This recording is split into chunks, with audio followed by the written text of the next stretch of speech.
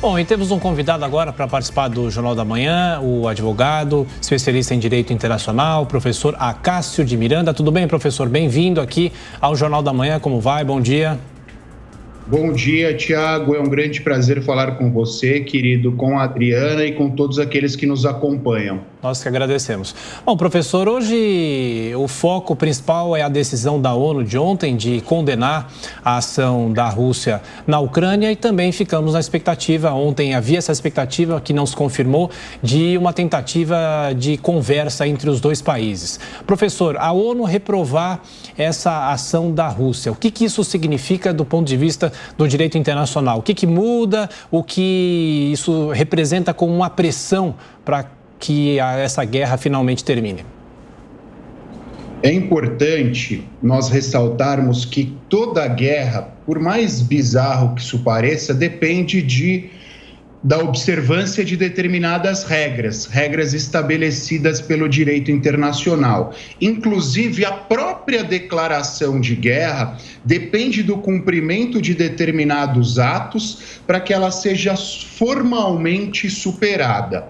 Tais atos não haviam sido praticados pela Rússia e não houve em nenhum momento a demonstração por parte da Rússia de que esses atos seriam praticados. Diante disso, nós estávamos diante de uma guerra ilegal.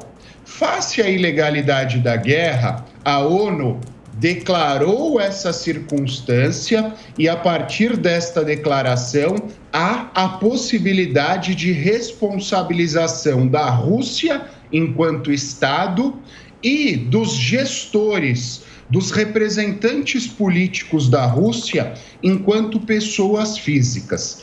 A responsabilização da Rússia se dá perante o próprio Conselho da ONU e a Corte Internacional de Justiça.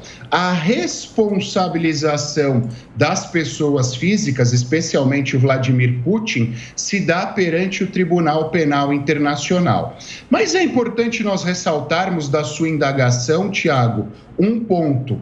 Diante da declaração de ilegalidade da guerra, os próprios representantes já estão demonstrando mais vontade na negociação, mais vontade na busca por uma solução consensual, porque eles sabem que a imagem da Rússia e as sanções a serem aplicadas à Rússia serão bastante contundentes e isso pode atrapalhar o próprio desenvolvimento do Estado no pós-guerra.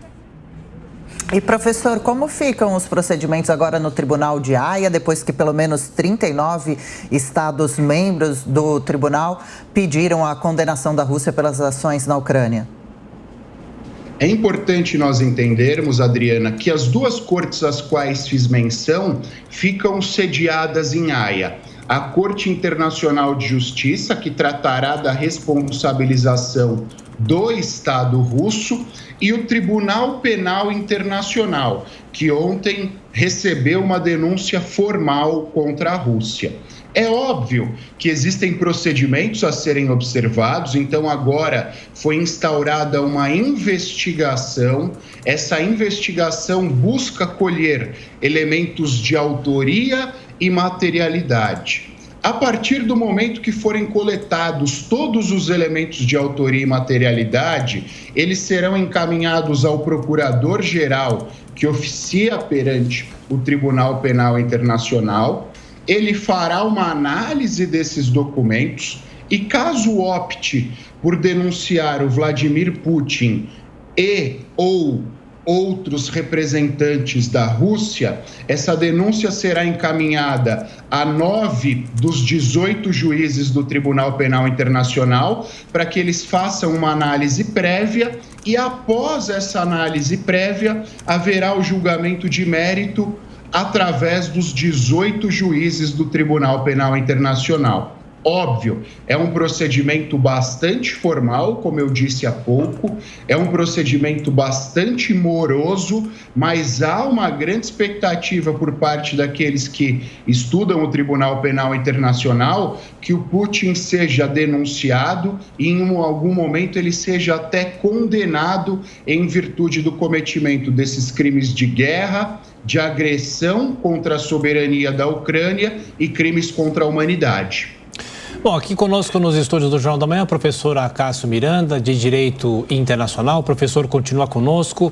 Agora a gente faz um rápido intervalo para as rádios, mas a gente continua com a nossa cobertura, a nossa transmissão pela TV Jovem Pan News e as plataformas 6h14. Repita. 6h14. Bom, professor, só fala em condenação a Vladimir Putin. O Tribunal de Haia, muitas vezes, alguns especialistas o criticam, dizendo que é apenas uma punição formal e não é uma punição prática. O que o Tribunal de Haia, anunciando uma punição, quais são as consequências para quem comete, no caso, crimes de guerra?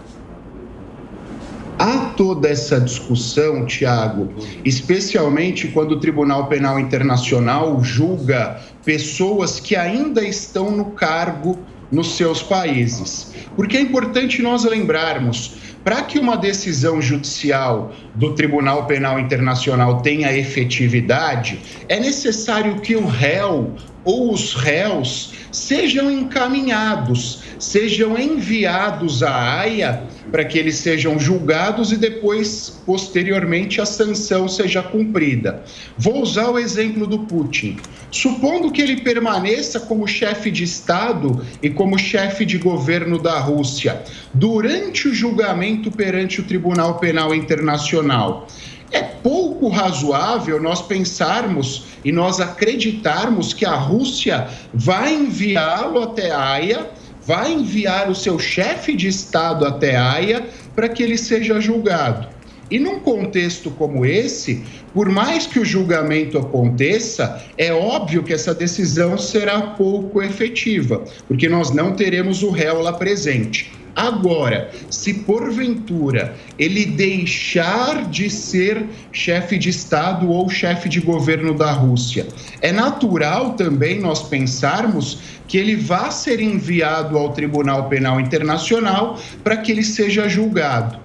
E quando nós olhamos para a história do Tribunal Penal Internacional, que é uma história pequena, é uma história de 20 anos, nós tivemos alguns réus julgados, alguns réus condenados e todos aqueles que não eram chefes de Estado estiveram presentes em Haia para o julgamento e, acaso condenados, estavam lá para que a sanção fosse cumprida. Da mesma forma que nós tivemos réus que ainda eram chefes de Estado e, por razões óbvias, não foram enviados. Por isso que essas sanções são tidas por especialistas como pouco contundentes, porque depende da situação do réu e depende da situação política daquele Estado que ele geria para que haja ou para que não haja o julgamento.